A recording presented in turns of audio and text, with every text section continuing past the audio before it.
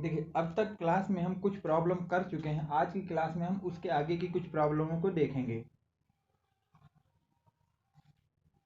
ठीक है, अब देखिए कुछ अगर हमारे पास सवाल आ जाए कि in triangle ABC right angle at B if tan A equal to 1/√3 find the value of sin A cos C plus cos A sin C। इस चीज की आपको वैल्यू फाइंड करना है। तो देखिए, इस चीज को हमें फाइंड करना है sin A cos A sin A cos A cos C। इन सब की हमें क्या कौन सी वैल्यू पता हो तो पता काम चल जाएगा। देखिए ध्यान देखिए, अगर हमारे पास sin A की वैल्यू हो, cos C की वैल्यू हो और किसकी वैल्यू हो आपके पास, cos A की वैल्यू हो, cos A की वैल्यू हो और साथ ही साथ में आपके पास किसकी वैल्यू हो, cos A हो गया, cos C हो गया, sin A हो गया और sin C की वैल्यू। अगर इन चार की वैल्यू आपके पास हो तो क्या यहाँ पे अगर sin A cos C की वैल्यू रख देंगे plus cos A sin C की वैल्यू रख देंगे तो पहला निकल आएगा। दूसरे में क्या करेंगे, cos A cos C की वैल्यू रख लेंगे और उसको माइनस कर देंगे sin A sin C से, तो हमारा ये सवाल सॉल्व हो जाएगा। अब हमको किसी तरह से sin A cos A sin C की वैल्यू निकालना है।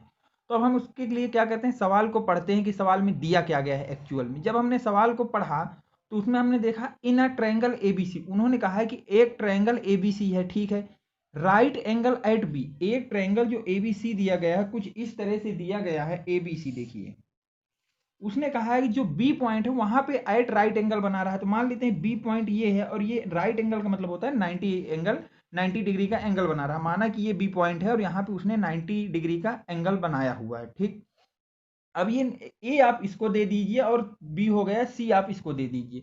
अब आपके पास ए पता हो गया, बी पता हो गया, सी पता हो गया। उसने और एक चीज आपको दी है कि tan ए की जो वैल्यू है, उसने बोला है आपसे कि tan ए की जो वैल्यू है वो आपके 1/√3 के बराबर होती है।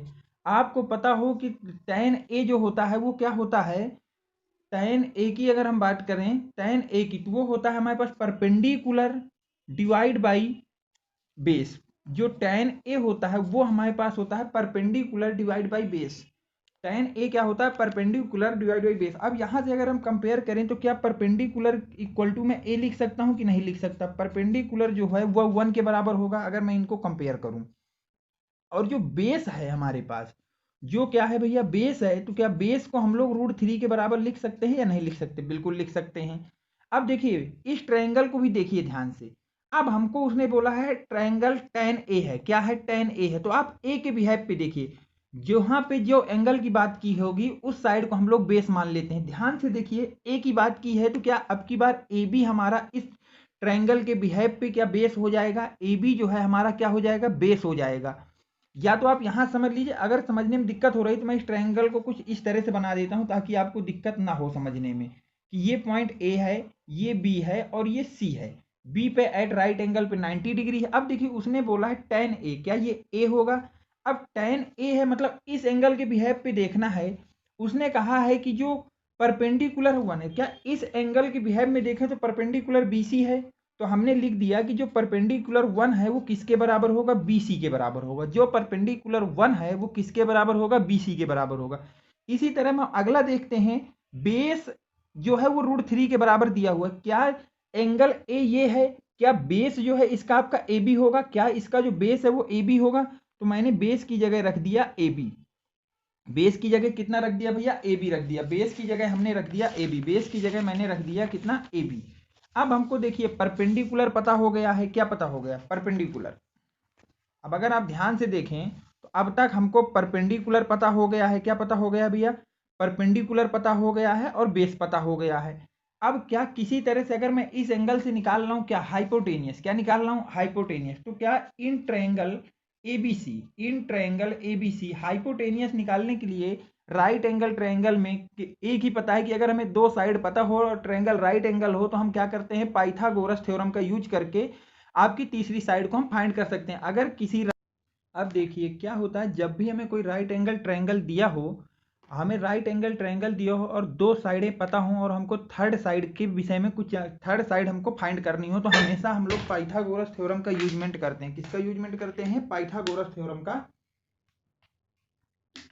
यूजमेंट करते हैं। आप देखिए परपेंडिकुलर आपको पता है, बेस पता है, लेकिन आपको हाइपोटेनियस नहीं पता है। तो अगर मैं ट्रायंगल एबीसी में, ध्यान से देखिए, जो ट्रायंगल एबीसी है इसमें मैं लगा दूं पाइथागोरस, क्या लगा दूं भैया, पाइथागोरस थ्योरम लगा दूं। अगर मैं इसमें यूज कर दूं पाइथागोरस थ्योरम, तो मैं यहाँ लिखूंगा इन ट्रायंगल एबीसी अप्लाई या यूज पाइथागोरस पाइथागोरस थ्योरम। अगर मैं इसमें पाइथागोरस थ्योरम का यूजमेंट करूं, किसका यूजमेंट करूं, पाइथागोरस थ्योरम का, तो पाइथागोरस थ्योरम क्या कहती है कि जो आपका हाइपोटेनियस होगा, क्या होगा, जो हाइपोटेनियस होगा उसका स्क्वायर जो है बराबर होगा आपके बेस के स्क्वायर प्लस हाइपोटेनियस के स्क्वायर के बराबर। हाइपोटेनियस का स्क्वायर जो होगा वो बेस स्क्वायर प्लस परपेंडिकुलर के स्क्वायर के सम के बराबर होगा। जो हमारे पास किसी भी राइट एंगल ट्रायंगल का हाइपोटेनियस होगा उसका स्क्वायर जो है वो इक्वल होगा बेस के स्क्वायर प्लस परपेंडिकुलर के स्क्वायर के बराबर होगा। अगर हम ट्रायंगल एबीसी में देखें तो हाइपोटेनियस जो है, क्या उसको मैं एसी लिखूंगा, तो क्या ये एसी का स्क्वायर हो जाएगा। जो बेस है हमारा, तो क्या बेस की जगह में ए बी लिखूंगा, तो क्या ए बी की का स्क्वायर हो जाएगा। क्या परपेंडिकुलर की जगह में बी सी रखूंगा, तो क्या ये बी सी का स्क्वायर हो जाएगा। अब जब ऐसा हो जाएगा तो हम देखेंगे कि हमें कौन कौन सी वैल्यू पता है। तो ध्यान देखिए, परपेंडिकुलर आपको पता है, बेस पता है, लेकिन हाइपोटेनियस नहीं पता। तो हाइपोटेनियस को नहीं पता तो उसको लिख दीजिए ए सी का स्क्वायर। आपको बेस पता है तो बेस की जगह कितना आप लिख दीजिए, √3 का स्क्वायर लिख दीजिए। आपको परपेंडिकुलर पता है, परपेंडिकुलर की जगह रख दीजिए 1 का स्क्वायर। क्या ऐसा लिखा जा सकता है। अगर ऐसा लिखा जा सकता है तो ध्यान से देखिए, क्या मैं ए सी स्क्वायर इक्वल टू, जब मैं इसको √3 को रूट के बाहर लाऊंगा तो क्या केवल 3 बाहर आ जाएगा। क्या 1 का स्क्वायर केवल 1 स्क्वायर आता है, बाहर केवल 1 आएगा। क्या ए सी स्क्वायर इक्वल टू हमारे पास 3 + 1 = 4 हो जाएगा, बिल्कुल होगा। अगर हमारे पास ये 4 होगा तो क्या ये ए सी का स्क्वायर है। क्या मैं इसको 2 का स्क्वायर लिख सकता हूँ। स्क्वायर ने स्क्वायर को नमस्ते कर लेगा। तो हमको पता है यहाँ से ए सी जो आ गया आपके पास 2 आ गया, कितना आ गया, 2 यूनिट आ गया। ए सी जो हमारे पास 2 यूनिट आ गया, और यही हमारा क्या है, हाइपोटेनियस है। यही हमारा क्या है, हाइपोटेनियस है। अब जब हमें किसी भी ट्रायंगल की तीनों साइड पता होती हैं तो हम किसी भी ट्रायंगल के किसी भी एंगल को निकाल सकते हैं। अगर हमें किसी ट्रायंगल की तीनों साइड पता है, तीनों साइड की लेंथ हमको अगर फाइंड आउट है या हमको पता है, तो हम क्या कर सकते हैं, उस ट्रायंगल में किसी भी एंगल का कोई भी एंगल निकाला जा सकता है। देखिए हमको पहली चीज जो निकालना है वो निकालना है साइन ए। क्या निकालना है भैया, साइन ए निकालना है। ध्यान से देखिएगा, ये साइन ए है। साइन ए आपका होता क्या है, साइन ए होता है आपका परपेंडिकुलर डिवाइड बाई हाइपोटेनियस। क्या होता है भैया, हाइपोटेनियस। जो आपके पास साइन ए होता है, वो आपके पास साइन जो होता है वो होता है परपेंडिकुलर अपॉन हाइपोटेनियस। अब देखिए एंगल ए है, यहाँ पे कौन सा एंगल लिखा है, ए लिखा है। तो जब हम ट्रायंगल के पास जाएंगे, किसके पास जाएंगे, ट्रायंगल को, ट्रायंगल के पास जाएंगे तो हम एंगल ए को देखेंगे। अब ए के बिहेव पे ध्यान से देखिए, उसने बोला है परपेंडिकुलर, तो परपेंडिकुलर वो होती है ऐसी साइड जो एंगल में पार्टिसिपेट ना करे। उसने कौन सा एंगल बोला है, ध्यान देखिए इस सवाल में उसने बोला है एंगल ए। क्या बोला है भैया, एंगल ए। अगर उसने एंगल ए बोला है तो एंगल ए के पास जाइए। आप एंगल ए के पास पेन रखिए, पेंसिल रखिए, जो भी आपके पास हो उसको रखिए। जैसे ही आप रखेंगे आपको निकालना है परपेंडिकुलर। तो परपेंडिकुलर वो लाइन होती है जो उस एंगल को इंटरसेक्ट या उस एंगल को टच ना करे। तो क्या वो लाइन आपके पास बीसी है। तो क्या आप परपेंडिकुलर की जगह बीसी आराम से लिखा जा सकता है कि नहीं लिखा जा सकता। अब देखिए आपको हाइपोटेनियस लिखनी है। क्या लिखनी है भैया, हाइपोटेनियस। हाइपोटेनियस क्या होती है, किसी भी एंगल की हाइपोटेनियस वो साइड होती है जो 90 डिग्री में पार्टिसिपेट नहीं करती है, जो 90 डिग्री एंगल बनाने में या फार्म आउट करने में पार्टिसिपेट नहीं करती है। तो वो साइड क्या, ये वाली है। एसी को देखिए 90 यहाँ पे बना है, उसमें आपकी बीसी भी यूज है, ए बी भी यूज है, पर उसमें आपका एसी यूज नहीं है। तो क्या मैं यहाँ पे एसी रखूंगा। क्या आपको बीसी की वैल्यू पता है, 1 आई थी। क्या एसी की वैल्यू आपने निकाल रखी है 2। तो क्या यहाँ से साइन ए की वैल्यू आ गई 1/2। क्या साइन ए की वैल्यू 1/2 आ गई। तो क्या मैं यहाँ पे जो साइन ए है वहां पे आपको 1/2 लिख दूं। ये लिखा जा सकता है। कहाँ से आया, आपको पूरा समझा दिया है। इसी तरह मुझे अगली जो वैल्यू फाइंड करनी है वो निकालनी है किसकी भैया, कॉस सी की। देखिए अब कॉस सी की वैल्यू निकालनी है, तो कॉस सी मैं लिख देता हूँ। कॉस सी क्या होता है हमारे पास, कॉस सी जो होता है वो होता है बेस अपॉन हाइपोटेनियस। वो क्या होता है भैया, बेस अपॉन हाइपोटेनियस होता है। अब देखिए, अब हमको सी के बेस में बात करना है। ट्रायंगल के पास गए, क्या एंगल सी जो होगा, मैं दूसरे पेन से बना देता हूं ताकि दिखे, जो एंगल सी होगा क्या वो ये वाला एंगल होगा। जो हमको एंगल सी फाइंड आउट करना है, क्या वो एंगल सी ये होगा। क्या बेस लिखना है, क्या इसके लिए हमें एंगल सी के लिए बेस लिखना है? तो बेस वो लाइन होती है जहां से एंगल फार्म आउट हो और वो लाइन एंगल में भी टच करे और 90 डिग्री भी बनाए। तो क्या एंगल में दो लाइनें टच कर रही हैं, बीसी और एसी, तो इन दो में से ही कोई बेस होगा, या तो बीसी होगा या फिर आपके पास क्या होगा, एसी होगा। लेकिन हमारे पास जो 90 डिग्री का एंगल है उसमें केवल बीसी आ रहा है, तो क्या बेस केवल बीसी लिखा जाएगा, एसी नहीं होगा। ठीक, अब लिखना है हमको हाइपोटेनियस। क्या हाइपोटेनियस वो साइड होती है, हाइपोटेनियस जो होती है वो साइड होता है जो 90 डिग्री में पार्टिसिपेट नहीं करता है। ध्यान से देखिए 90 डिग्री बी पे है, तो कौन सी साइड है जो हाइपोटेनियस है, वो एसी लिखेंगे कि नहीं लिखेंगे, 90 पे पार्टिसिपेट नहीं कर रही। क्या आपको बीसी की वैल्यू पता है, बीसी की वैल्यू आपको पता है क्या, नहीं नहीं यहाँ बेस लिखना, बीसी की वैल्यू आपको पता है कि 1 है। क्या एसी की भी वैल्यू आपको पता है, आपने निकाली है, 2 है। क्या कॉस सी इक्वल टू भी 1/2 आ गया, कॉस सी इक्वल टू भी आपके पास कितना आ गया भैया, 1/2 आ गया। अब जो है हम आगे चलते हैं, अब इसकी भी वैल्यू मैं यहाँ पे रख देता हूँ, कॉस सी इक्वल टू आ गया 1/2। अब हमको अगली जो वैल्यू फाइंड करना है वो वैल्यू फाइंड करना है कॉस ए की। किसकी वैल्यू फाइंड करना है भैया, कॉस ए की वैल्यू फाइंड आउट करनी है।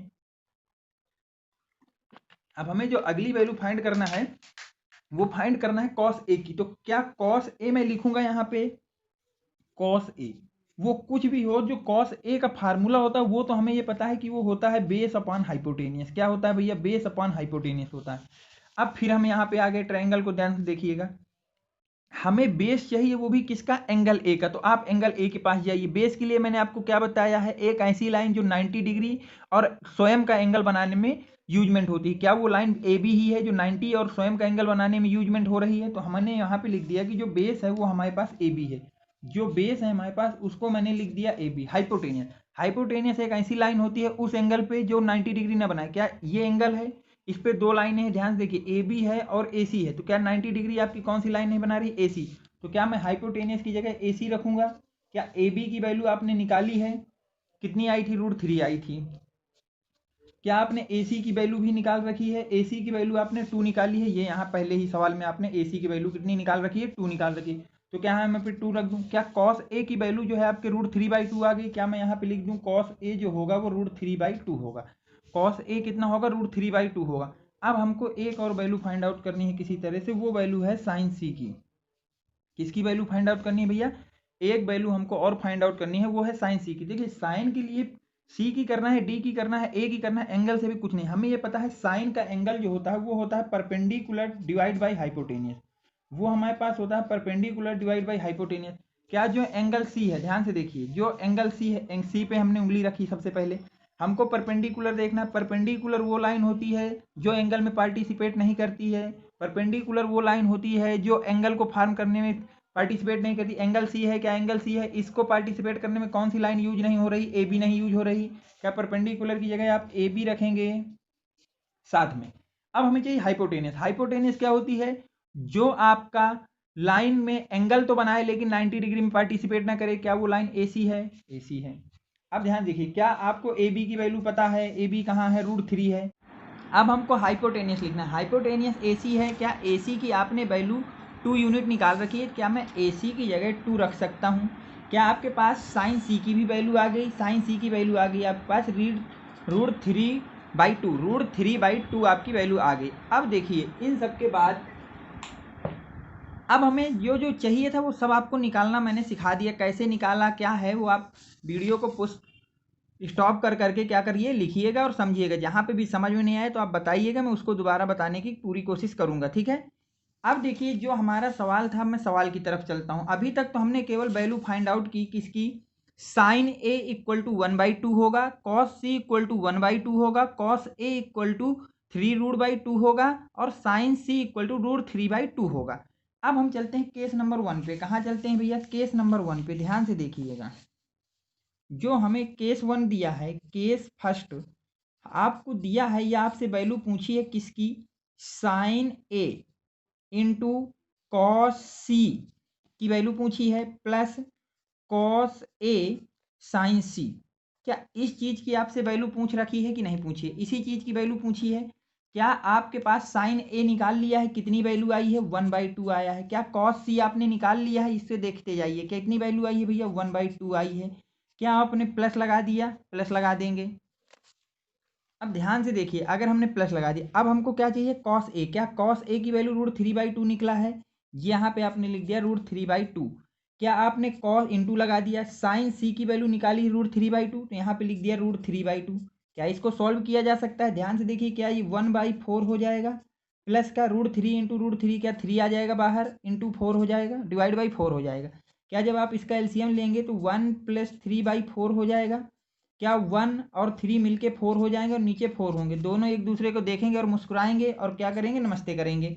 नमस्ते करने पे आंसर कितना आएगा, 1। मतलब जो आपकी ये वैल्यू दी है किसकी, sine A into cos C plus cos A into sine C, ये किसके बराबर होगा, 1 के बराबर होगा। आपको यही पूछा था, फाइंड द वैल्यू, आपने पहला ऑप्शन आपने लगा दिया, ठीक है। अब जो भी है मैं दूसरे ऑप्शन की तरफ चलता हूँ। केस नंबर 2 में आपसे क्या पूछ रखा है, मैं उसको भी लिख लेता हूँ दोबारा से। केस नंबर 2 की अगर हम बात करें तो केस नंबर 2 में आपसे उसने कहा कि आप वैल्यू बता दीजिए cos A cos C minus sign A sign सी की वैल्यू बता दीजिए। आपसे यही चीज कहा कि आप वैल्यू बता दीजिए cos A cos C minus sign A sign सी की। आप क्या कर दीजिए भैया, वैल्यू बता दीजिए।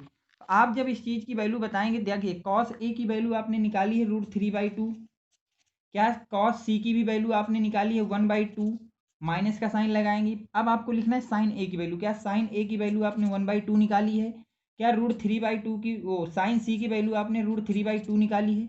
जब सॉल्व करेंगे तो क्या ऊपर √3/4 बनेगा, क्या इधर भी √3/4 बनेगा, इतना बनेगा नहीं बनेगा, आप देख लीजिए फिर बताइए। अगर बनेगा तो क्या मैं इसको लिख सकता हूँ √3 माइनस का √3 डिवाइड बाई 4। क्या ये दोनों नमस्ते बोल देंगे, नमस्ते बोलने के बाद ऊपर हो जाएगा 0, नीचे आ जाएगा 4, 0 से जो टकराएगा वो स्वयं 0 हो जाएगा, तो ओवरऑल आंसर आ गया 0। मतलब ये जो वैल्यू लिखी है किसके बराबर होगी, 0 के बराबर होगी। जो वैल्यू आपके सामने लिखी है cos A cos C minus sign A sign सी, किसके बराबर होगा, 0 के बराबर होगा। ठीक है, इस प्रॉब्लम को आपको मैंने बिल्कुल धीरे धीरे एक एक स्टेप बताया है, समझ में आ गया होगा जहाँ तक मैं मान रहा हूँ। ठीक है, अब मैं चलता हूँ दूसरे सवाल की तरफ। अगर हम ध्यान से देखें कि दूसरा सवाल क्या दिया है, इसको पढ़ते हैं। ठीक है, इसको क्या करते हैं भैया, पढ़ते हैं और फिर आगे बढ़ते हैं। इसको कैसे सॉल्व करेंगे, इसको कैसे ट्रैक करेंगे, उसको भी मैं आपको दिखा देता हूँ। देखिए उन्होंने बोला है in triangle A C B, अब की बार जो ट्रायंगल दिया है वो ए सी बी दिया है, राइट एंगल एट सी, जो 90 डिग्री बना रहा है, उन्होंने बोला है कि वो सी पे बना रहा है। In which A B equal to 29 unit, उन्होंने बोला है कि जो ए बी लाइन है वो 29 यूनिट की है,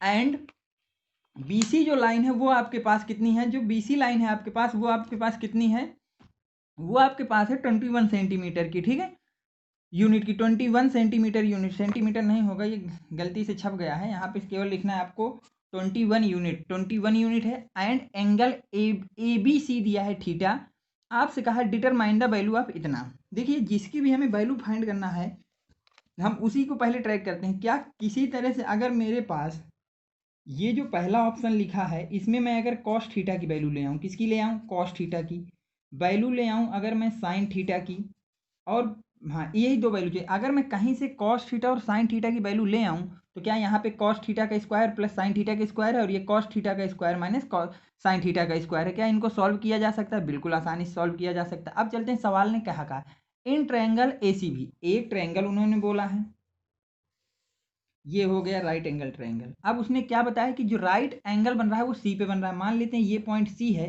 और यहाँ पे राइट एंगल बन रहा है, ये पॉइंट ए है, ये पॉइंट बी है और ये सी हो गया। ए बी सी ट्रायंगल है, सी पे एक 90 डिग्री बन रहा है। फिर उसने बोला ए बी जो लाइन है उसकी लेंथ है 29 यूनिट है। मैंने लिख लिया कि ए बी जो लाइन है उसकी जो लेंथ है वो 29 यूनिट है। मैंने यहाँ से लिखा कि जो ए बी लाइन है उसकी जो लेंथ है वो कितनी है, 29 यूनिट है। फिर उसने बोला है कि जो बी सी लाइन है उसकी भी लेंथ आपकी 21 यूनिट है। कितनी है भाई, 21 यूनिट है।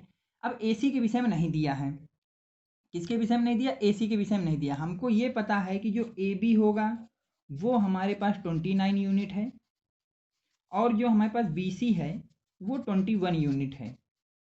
और हमें कहीं से ए सी मिल जाए तो हमारे पास एक राइट एंगल ट्रायंगल की तीनों साइडें मिल जाएंगी, और तीन साइड मिलने के बाद हम किसी भी एंगल को निकाला जा सकता है उस राइट एंगल ट्रायंगल से। ठीक है, अब हम चलते हैं आगे। भी उसने दिया है ए बी सी पे थीटा बन रहा है। अब देखिए एंगल में मैंने बताया था जो मिडिल में लिखा होता है वहीं पे एंगल बनता है। यहाँ ए और सी को नहीं देखेंगे, कहाँ पे लिखा है मिडिल में, कौन सा टर्म है, बी है। इसका मतलब जो थीटा बन रहा है वो यहाँ पे बन रहा है, बी के पास वो थीटा बना रहा है, बी के पास क्या बना रहा है, थीटा बना रहा है, बी के पास जो है वो थीटा बना रहा है, वो जो है बी के पास आपका थीटा बना रहा है, बी के पास क्या बना रहा है भैया, थीटा बना रहा है। अब हम चलते हैं इसके आगे, बी के सामने वो थीटा बना रहा है और आगे कुछ दिया है, डिटरमाइन द वैल्यू ऑफ इतने से इतना, कोई बात नहीं, और कुछ नहीं दिया हुआ है। अब देखिए हमको दिया है बेस और दिया है हाइपोटेनियस, हमको दिया है बेस और हाइपोटेनियस दिया है। क्या मैं बेस और हाइपोटेनियस दिया है उसको भी छोड़िए, सीधे देखिए हमको तीसरी साइड पहले फाइंड करने में चलते हैं। क्या मैं in triangle A C B Pythagoras theorem का यूज कर सकता हूँ? तो यूजिंग द पाइथागोरस थ्योरम क्या मैं ये लिखूंगा कि हाइपोटेनियस का जो स्क्वायर होगा वो बराबर होगा परपेंडिकुलर के स्क्वायर के प्लस बेस के स्क्वायर के? क्या ये जो मैंने लाइन लिखी इसमें कोई कंफ्यूजन? वैसे आपको होना नहीं चाहिए, ये कोई बहुत बड़ी चीज़ नहीं है, ठीक है, इतना आपने लिख दिया। अब इतना लिख दिया तो आप क्या है, आप इसको ध्यान से देखिएगा। अब आपको उसने क्या क्या दिया है और क्या क्या फाइंड करना है, अब चलते हैं। देखिए आपने लिखा है जो चीज़, आपने लिखा कि आपके पास हाइपोटेनियस का स्क्वायर, क्या हाइपोटेनियस एक ऐसी साइड होती है 90 डिग्री से, देखिए एक ऐसी साइड होती है जो 90 डिग्री में पार्टिसिपेट नहीं करती, तो क्या हाइपोटेनियस की जगह मैं ए बी का स्क्वायर लिख सकता हूँ कि नहीं लिख सकता? ए बी का स्क्वायर। क्या परपेंडिकुलर वो होता है जो 90 डिग्री पे पार्टिसिपेट करे पर एंगल पे पार्टिसिपेट ना करे, क्या वो ए सी का स्क्वायर होगा? क्या मैं बेस की जगह बी सी लिखूंगा, बी सी का स्क्वायर हो जाएगा। अब हमें ए सी का स्क्वायर, ए बी का स्क्वायर हमको पता है कि नहीं पता, कि जो ए बी है वो 29 यूनिट है, तो क्या वो 29 का स्क्वायर हो जाएगा? वो कितना हो जाएगा? 29 का स्क्वायर हो जाएगा। अब ए सी का स्क्वायर जो है, ए सी हमारे पास पता नहीं है तो उसको आप ए सी ही रहने दीजिए। क्या बी सी आपको पता है तो वहाँ पे आप रखिए 21 का स्क्वायर। क्या जब आप इसको सॉल्व करेंगे तो क्या ध्यान से देखिए ये ऐसा कुछ बनेगा, 29 का स्क्वायर माइनस 21 का square equal to A C square, कुछ इस तरह से बनेगा। अब आपके सामने सवाल आ गया कि 29 का स्क्वायर कैसे पता करें, 21 का स्क्वायर कैसे पता करें? तो आप ध्यान से देखिए ये जो चीज़ लिखी है वो लिखी है ए स्क्वायर माइनस बी स्क्वायर, ए स्क्वायर माइनस बी स्क्वायर। क्या ये कुछ इस तरह से मैं खोल सकता हूँ, ए प्लस बी और ए माइनस बी, इस तरह से खुलेगा या नहीं खुलेगा?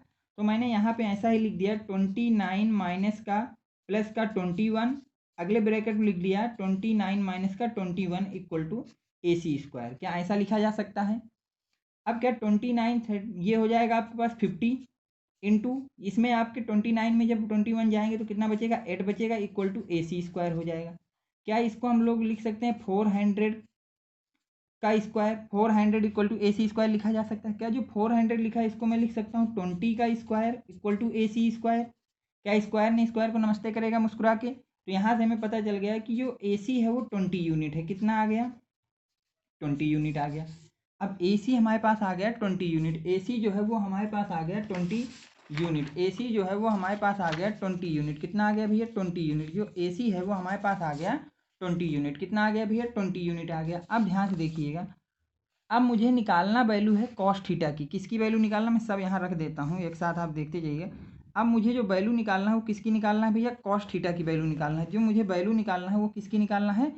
कॉस थीटा की निकालना है। जो वैल्यू निकालना है वो किसकी निकालना है? कॉस थीटा की निकालना है। देखिए कॉस थीटा की वैल्यू निकालना है, हमें पता है जो कॉस होता है वो हमारे पास होता है बेस, क्या होता है वो? Base divide by hypotenuse, base divide by hypotenuse होता है। अब हम देखिए थीटा के बिहेव पे बेस देखिए, थीटा ये है तो क्या बेस इसके बिहेव में बी सी हो जाएगा? क्योंकि बेस वो होता है जो 90 डिग्री और एंगल दोनों पे पार्टिसिपेट करे, तो यहाँ पे आपने बी सी लिख दिया। क्या हाइपोटेनियस वो होता है जो 90 पे पार्टिसिपेट ना करे, तो क्या आप हाइपोटेनियस की जगह ए बी लिख देंगे? क्या आपको बी सी की वैल्यू पता है? बी सी की वैल्यू कितना है हमारे पास? 21 है। क्या ए बी की वैल्यू भी आपको पता है कितना है? 29 है। क्या कॉस थीटा इक्वल टू आपने निकाल लिया 21/29, तो मैं कॉस थीटा की जगह रख देता हूँ 21/29 इसकी वैल्यू होगी। दूसरी वैल्यू हमको चाहिए साइन थीटा की। किसकी चाहिए भैया? दूसरी जो वैल्यू चाहिए वो हमको चाहिए साइन थीटा की। अगली वैल्यू चाहिए साइन थीटा की। साइन थीटा हमेशा होता है परपेंडिकुलर डिवाइड बाई हाइपोटेनियस। वो क्या होता है? परपेंडिकुलर डिवाइड बाई हाइपोटेनियस होता है। क्या परपेंडिकुलर इस थीटा के बेसिस पे देखें ये ए सी होगा। क्या हाइपोटेनियस की बात करें तो ए बी होगा। ए सी की वैल्यू आप 20 रखेंगे और ए बी की वैल्यू आपको पता है कितनी है? 29 है। तो यहाँ से आपका साइन थीटा भी आ गया। क्या आ गया? Sine theta. साइन थीटा आ गया 20/29। अब हमसे उसने पूछा क्या है, अब हम सवाल की तरफ चलते हैं। इसका हमारे पास कोई काम नहीं है, इसका भी कोई काम नहीं। देखिए अब मैं यहाँ से आता हूँ, देखिए ध्यान से देखना। अब हमें साइन थीटा पता है, कॉस थीटा पता है, साइन थीटा पता है, कॉस थीटा पता है। केस 1 में हमसे जो पूछा है उसने, केस फर्स्ट की अगर हम बात करें तो उसने हमसे वैल्यू पूछी है cos square theta plus sign square theta की वैल्यू पूछी है। क्या मैं इसको लिख सकता हूँ कॉस थीटा का स्क्वायर प्लस साइन थीटा का स्क्वायर? ये लिख सकता हूँ या नहीं लिख सकता? अगर ये लिख सकता हूँ, क्या कॉस थीटा की वैल्यू आपने 21/29 निकाला है का स्क्वायर हो जाएगा? क्या मैं साइन थीटा की जगह रख सकता हूँ 20/29 का स्क्वायर? रख सकता हूँ या नहीं रख सकता हूँ? जब आप 21 का स्क्वायर निकालेंगे तो इससे बाहर आ जाएगा 441, और 29 का स्क्वायर को 29 का स्क्वायर रहने दीजिए, प्लस जब आप 20 का स्क्वायर खोलेंगे तो वहाँ से आएगा बाहर 400 और नीचे 29 का स्क्वायर उसको रहने दीजिए। ऐसा लिखा जा सकता है। क्या दोनों के बेस सेम है? तो क्या इसको ऐसा भी लिखा जा सकता है कि 441 प्लस 400 इक्वल टू हो जाएगा 29 का स्क्वायर? क्या उसको ये भी लिखा जा सकता है? क्या इसको जब और सही से लिखेंगे तो 841/29 का स्क्वायर लिखा जा सकता है कि नहीं लिखा जा सकता? जब आप 29 का स्क्वायर सॉल्व करेंगे तो वो आ जाएगा आपके पास कितना, 841। दोनों एक दूसरे को देखेंगे और मुस्कुराएंगे और एक दूसरे को नमस्ते बोलेंगे, तो यहाँ से इसकी वैल्यू आ जाएगी 1। मतलब कॉस स्क्वायर थीटा और साइन स्क्वायर थीटा की वैल्यू हमारे पास कितनी आ गई, 1 आ गई। Sine cos square theta plus sign square theta की वैल्यू आ गई 1। कैसे आई, मैंने यहाँ पूरा सॉल्व करके आपको दिखाया है। ठीक, अब हम चलते हैं केस 2 में उसने हमसे क्या बोला है। केस 2 में उसने हमसे क्या बोला है इसके विषय में बात करते हैं। देखिए केस 2 की अगर मैं बात करूं तो उसने हमसे केस 2 में पूछा है, बेसिकली केस 2 में हमसे पूछा है कि cos square theta minus sine square theta equal to कितना होगा। ध्यान से देखिए, ये जो चीज़ लिखी है क्या ए स्क्वायर माइनस बी स्क्वायर लिखी है, क्या इस तरह से खुलेगी ए प्लस बी और ए माइनस बी? खुलेगी कि नहीं खुलेगी? ध्यान दीजिए, जो ए स्क्वायर है हमारे पास साइन स्क्वायर थीटा है, क्या यहाँ पे हम लोग लिखेंगे ए की जगह हमारे कॉस स्क्वायर थीटा है, तो यहाँ लिख दिया कॉस स्क्वायर थीटा। बी की जगह हमारे पास साइन स्क्वायर थीटा है, साइन स्क्वायर थीटा होगा। तो ये आपका खुलेगा cos theta plus sine theta एक ब्रैकेट में इनटू। देखिए अब अगर उसी के आगे हम लोग ध्यान से देखें कि अब आपको मैंने बता दिया कि cos square theta minus sine square theta क्या खुलेगा, cos theta plus sine theta खुलेगा, और इनटू खुलेगा cos theta minus sine theta. यहाँ पे हमारे पास जगह नहीं थी इसलिए मैंने इसको नीचे लिखा है, ये इसके जस्ट बगल से लिखना है आपको। अब देखिए हमको जिसकी वैल्यू याद करना है, अब आप ध्यान देखिए, क्या कॉस थीटा की वैल्यू आपने निकाल रखी है? मैं यहाँ पे दिखता जा रहा हूँ, आप भी देखते जाइए। क्या आपने कॉस थीटा की वैल्यू निकाल रखी है? कितनी आई है? कॉस थीटा की वैल्यू आई है 21/29 प्लस साइन थीटा की अगर बात करें तो वैल्यू आई है 20/29। अगले ब्रैकेट में क्या होगा, cos theta minus sine theta. Cos theta की वैल्यू क्या 21/29 माइनस का 20/29, ऐसा हो जाएगा। जब आप इसको सॉल्व करेंगे, क्या मैं इस चीज़ को लिखूँगा 41/29 इंटू 1/29, ऐसा लिखा जाएगा। क्या ऊपर आ जाएगा 41 और 29 इंटू 29 जब आप करेंगे तो नीचे आ जाएगा 841, तो ये वैल्यू आ गई। तो आपके पास जो अगला सवाल में आपसे कहा था cos square theta minus sine square theta equal to answer आएगा 41/841, ये आपका आंसर हो गया। ठीक है, इन दोनों सवालों को आप देख लीजिएगा। अगर कहीं पे भी कोई कन्फ्यूजन है तो आप कमेंट में लिखिएगा या मेरे पर्सनल व्हाट्सएप नंबर पे आप मुझको लिख के भेज दीजिएगा, मैं उसको सॉल्व करने की कोशिश करूँगा। ठीक है, इसके बाद क्या है, मैं कुछ आपको होमवर्क दे दे रहा हूँ जिसको आप लोग ट्राई करिएगा। अगर आ जाए तो ठीक है, नहीं आ रहा तो मैं तो बताऊँगा ही उनको। ठीक है, जिसमें से पहला जो आपके पास कंपाउंड सवाल जो आपको करना है, तो पहला सवाल आपको ये करना है, in triangle P Q R right angle at theta. ठीक है, P Q plus Q R equal to 25 centimetre and P Q equal to 5 centimetre. Determine the value of sine P and cos P and tan P. आप इसको पढ़ना है, इसमें sine P, cos P और tan P की value निकालना है। ठीक है, इसके बाद अगला सवाल जो आपको करना है घर में जाके, वो ये करना है कि cot A sine theta is the product of cot A into cot and A is the given the statement false या ट्रू। उसने पूछा जो कॉट ए आपका लिखा है क्या वो प्रोडक्ट है कॉट इंटू ए का या नहीं। ठीक है, इसको आपको प्रूव करके लाना है। अगला सवाल आपको दिया है the value of tan theta is always less than 1। Justify उन्होंने क्या, जो tan थीटा होगा tan a होगा उसकी वैल्यू हमेशा 1 से कम होगी, ये पूछा है।